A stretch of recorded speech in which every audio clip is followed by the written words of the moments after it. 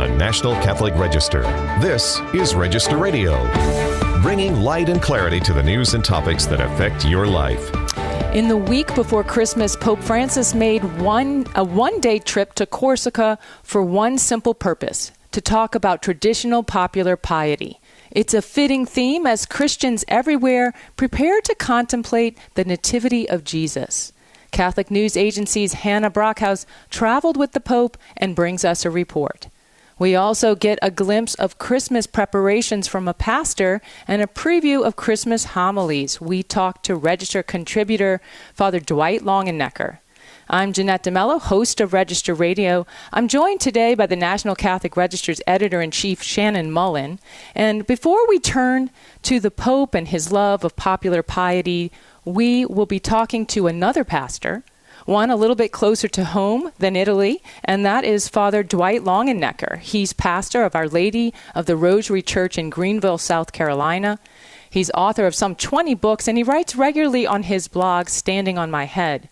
And he is a contributor at the National Catholic Register. His personal story is quite unique. He was a married priest in the Anglican Church before he converted to Catholicism.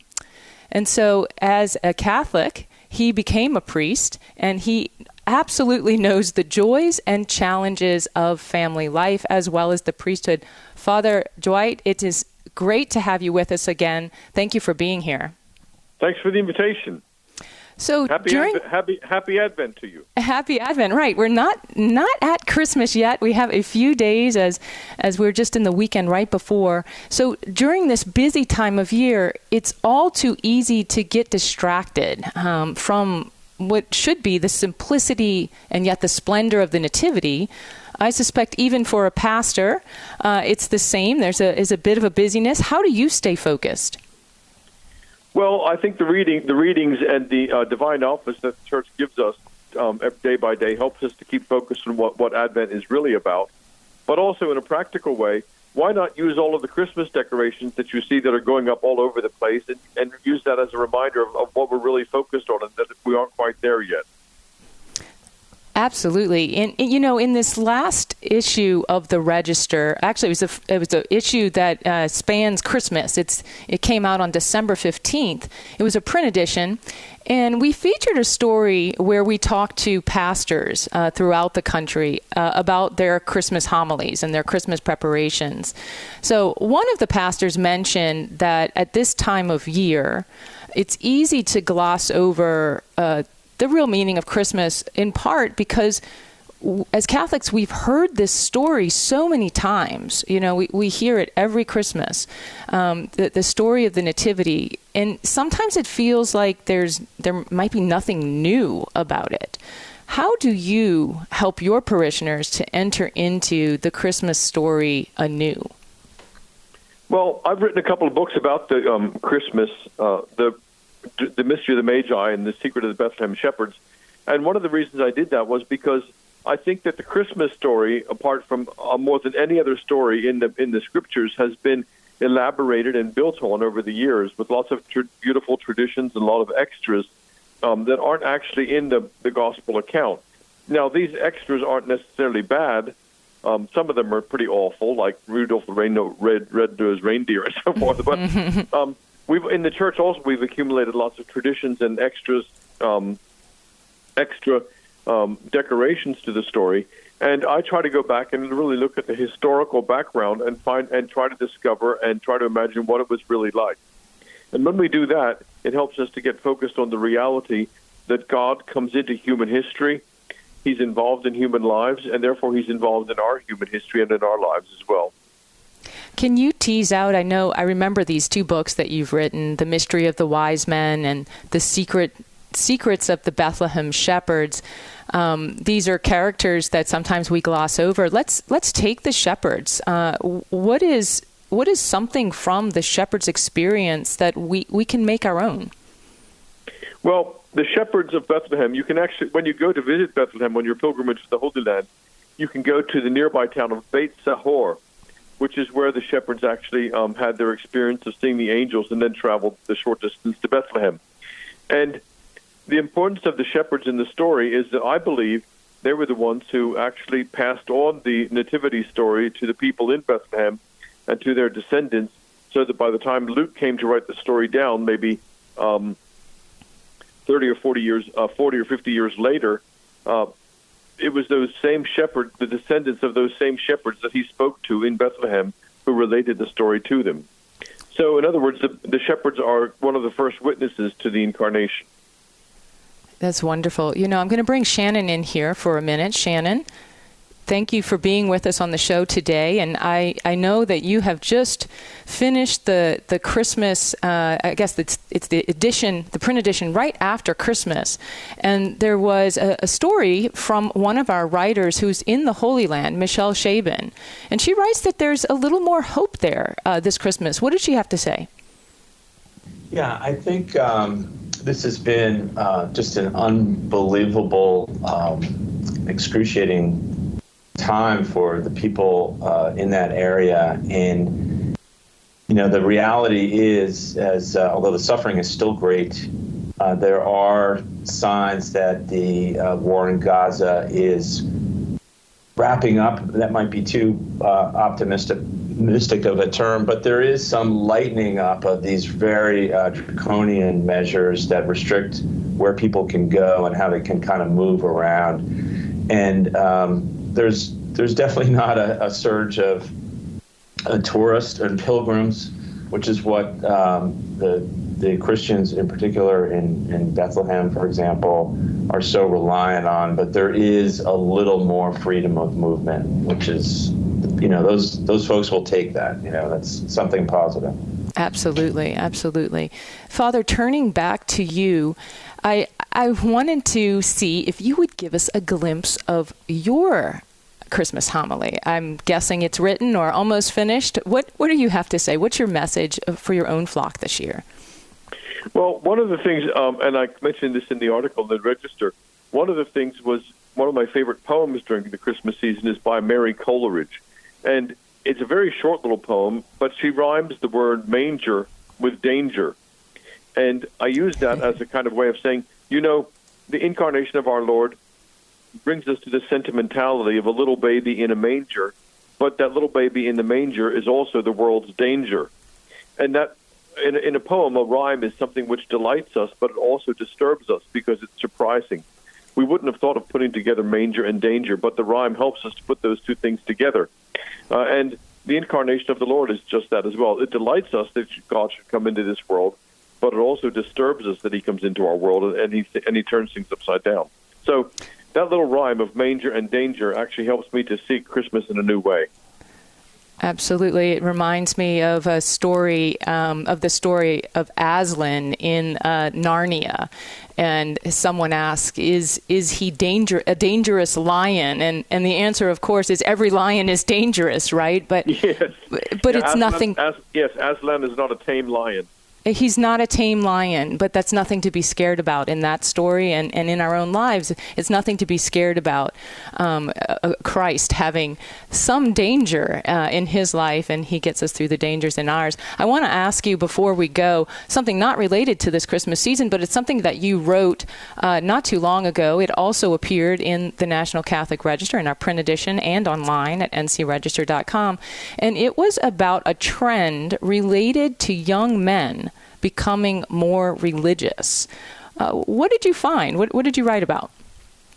Yeah, that is in my pastoral ministry here in South Carolina. Almost every week I have at least one young man, and when I'm saying young, under 40, who comes on their own asking about the Catholic faith and asking, wanting either curious about the Catholic faith or a couple of times I've had fundamentalist Protestants come to me and say, "Can you please bless my rosary?" You know, or "Can you hear my confession?" Right. And so I explain to them a bit more and explain how they can become Catholics.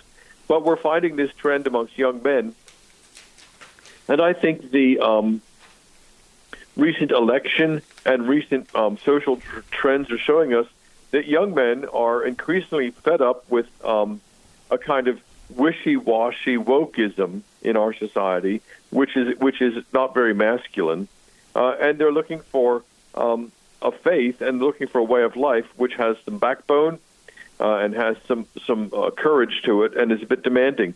One guy I saw this week, for instance, I explained to him Catholic marriage discipline because he has a previous marriage that we have to help him with. And I said to him, I apologized a bit and said, I'm afraid the Catholic Church is a bit legalistic in this way because we do take marriage seriously. And he said, that doesn't bother me. That's why I want to become a Catholic. So it's beautiful. Yeah. In other words, the Catholic faith has still has a clear teaching and a clear message and a clear discipline to follow. And I think men like that. We need it. That's important. We need that kind of structure in our lives, and I think many men do gravitate to that kind of structure. Before we go, I would like to ask you, Shannon, I know there's a lot of Christmas content at ncregister.com and in the print edition. Can you give us one or two more stories that people can sink their teeth into as they prepare for Christmas? Sure, Jeanette. One is a really interesting piece by one of our correspondents in Rome, Benedict Sendergren, and it's Christmas at the Edge of the World. Every year at the, I'll probably mispronounce this, but the Pitifik Space Base, which is in northern Greenland, they send a Catholic chaplain to the base to say midnight mass, and it's the northernmost midnight Christmas mass in the world, and it's a fascinating story about how remote these people are, including many Catholics, and it's a wonderful piece. So that's one special piece we have coming. Yes, and that one appeared on the front page of the December 15th print edition, so we've got a picture of what that farthest most Christmas Mass in the world looks like, and it's a great image. This is a great story, Christmas at the End of the World. And I want to point also to Father Longenecker's column that we were talking about, The Rise of Religious Young Men, and that can also be found at ncregister.com. In these last couple of days of Advent, I wish you both a prayerful time, even despite what might be very busy running around. Thank you so much for joining us. You've been listening to Register Radio on EWTN Radio. Up next, we'll be talking about how helpful popular devotions can be in staying focused on Christ. And we're going to be talking about that with Hannah Brockhaus, who brings us tips from Pope Francis. Stay tuned to Register Radio here on EWTN Radio.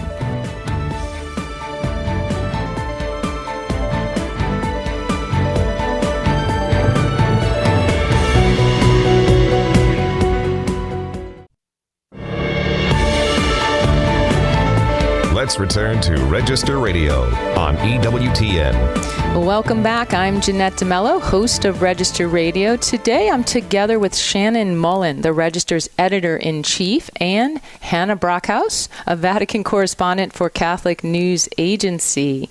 So Hannah got to go on a trip this week with Pope Francis. It was a short one. So 2 days before the Pope's 88th birthday, he received a warm welcome in the Mediterranean island of Corsica. So this is an island situated off the mainland of Italy. It's north of the island of Sardinia. And he was there to take part in a symposium on popular piety in that region. So it was an unusual trip, a very interesting one, and it caught my attention because popular piety is a great part of this year, especially around Christmas time. So we welcome back Shannon, who joined us in the first segment, and we welcome Hannah. Hi, Hannah. Hi, thanks for having me.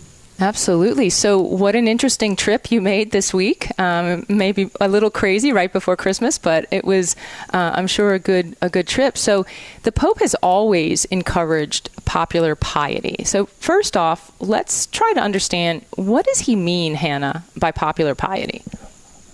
That's right. I mean, his promotion of popular piety goes way back, all the way to when he was Archbishop of Buenos Aires in Argentina. But what we mean by it is expressions of the faith apart from the liturgy, the Mass. So, and why we call it popular is because they often derive from, the local culture, or they're somehow steeped in the local culture. And it could be, the rosary is a popular one. Obviously, when we're speaking about the Mediterranean, religious processions are very important for a saint's feast day or a holy day. Eucharistic processions can also be part of that. I think this time of year as well, thinking about visiting nativity scenes, for example, is kind of a devotional act if you're going to go pray before a nativity scene. Absolutely. And we know that the Holy Father has a specific popular devotion that we see him do constantly, which is to visit a Madonna, right? In most places throughout, in Rome, he's been many times to Santa Maria Maggiore, which is where there's a special devotion to Our Lady. But he does that in many of the countries he visits. He goes to a specific Marian site. He's got a great Marian devotion. And as you mentioned, right now, the nativity in our own homes, the creche scene, can be a part of popular devotion. I think of one also in this season of Advent, which is the Advent wreath, as well as maybe the Jessie tree, which my little family picked up just recently and started to do a Jessie tree. And I remember doing that as a kid. Hannah, do you have any particular popular pieties that you remember as a child or even now? Yes, well, definitely the Advent wreath was very important in our family, and I've continued that in mine. We did the Jessie tree as well.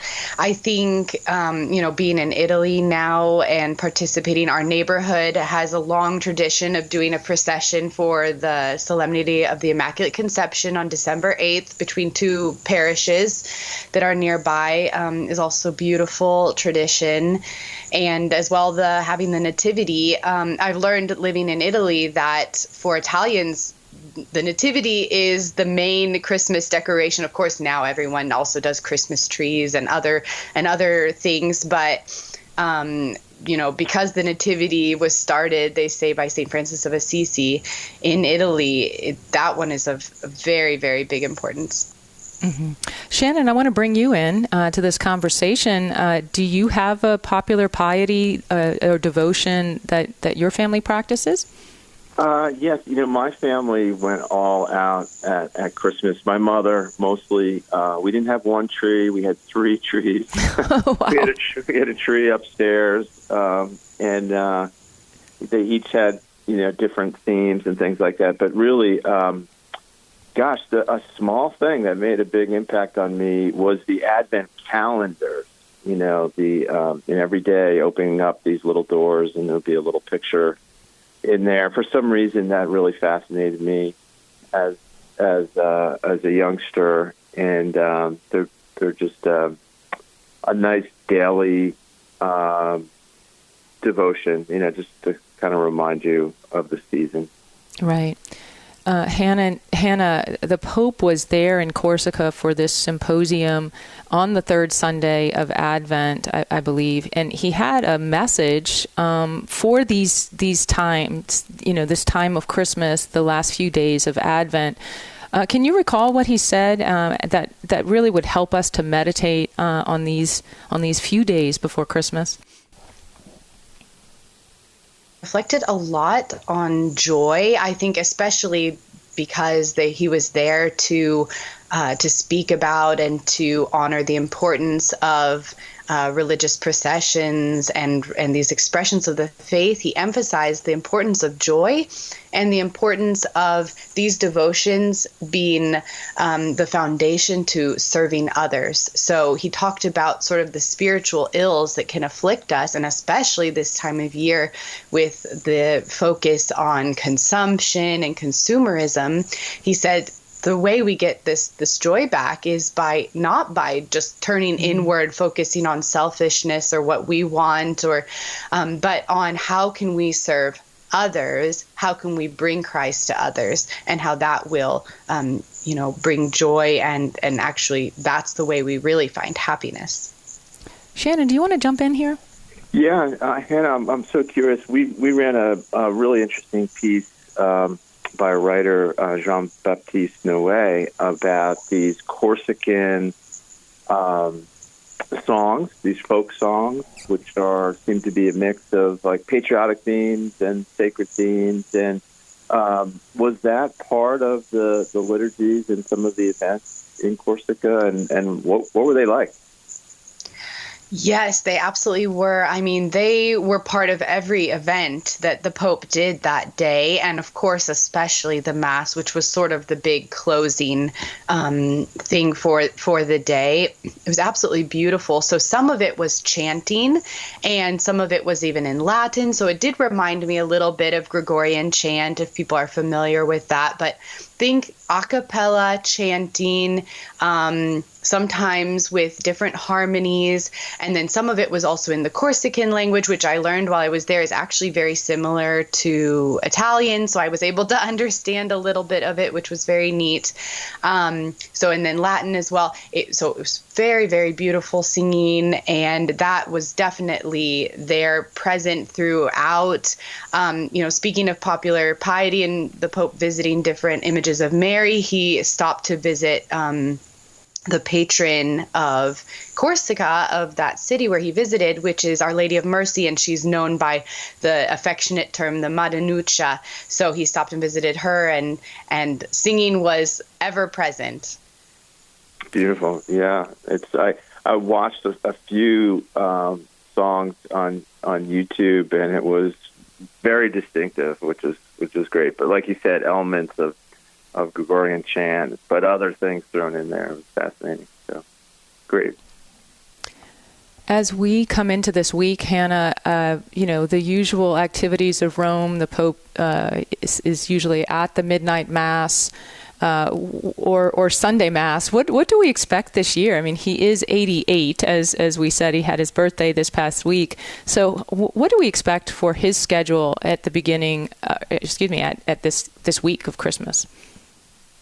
That's right. So he does do it's actually an evening Mass on Christmas Eve. I'm not sure. It might be the Mass at night, but he does it a little bit earlier in the evening, which you can kind of understand with his age, of course. So he'll do that in St. Peter's Basilica. And then the next morning, he will do, of course, the traditional Urbi et Orbi, so to the city and to the world blessing that he does every day, or every Christmas and every Easter, and that is how he will mark this important holy day. Of course, he also usually, it's not officially on the schedule, but he often goes after the Christmas Eve Mass. He often goes out to St. Peter's Piazza to visit the nativity that the Vatican has there. I mean, the Vatican has, I think, at least one or two nativities in the Basilica, as well in the Pope Paul VI Hall, and then, of course, the big one they always put in the square. So he usually goes out to visit it that night, which is when they place the baby Jesus in the nativity scene. Well, we have just a few more minutes left to the show, and there's really something very important we have to get to, and that's the Jubilee. It begins here this week. That is a huge celebration this whole year. The holy doors will be open there in the Basilica, and I'm sure in all the major basilicas. What is the significance of the Jubilee and these holy doors, Hannah? Well, the Jubilee year, that is called ordinarily once every 25 years, is a huge year of grace. The Church declares that this is a particular year of graces. For Catholics, they can receive these graces in many different ways, but especially the plenary indulgence, which is the remission of the temporal punishment due to sin. And one of the main ways, although there are many, in 2025, one of the main ways is by making a pilgrimage to one of the four major papal basilicas in Rome. Obviously, that includes St. Peter's Basilica. And one of the features that's very, very important of the Holy Year is these holy doors that get opened. So actually on Christmas Eve this year, after the Mass, it's unclear when, but sometime on Christmas Eve, around the time of the Mass, Pope Francis will open this holy door that is usually sealed from the inside, is not opened except during the Holy Year when pilgrims can walk through it to enter the Basilica. Yeah, it's really wonderful. Shannon, the print edition, I've seen a preview of the one that's coming out at the end of the month, December 29th. It's wonderful. It's got a wonderful story about Pilgrim's Guide to the Jubilee 2025. So I invite our listeners to go to ncregister.com and look at the Jubilee content that the Register has there. Thank you both for joining us here on Register Radio. And listeners, remember, for more news, analysis, and commentary, check out the National Catholic Register online at ncregister.com. Thanks for joining us here on Register Radio on EWTN. Until next week, on behalf of my producer, Rich Jesse, and myself, Jeanette DeMello, Merry Christmas.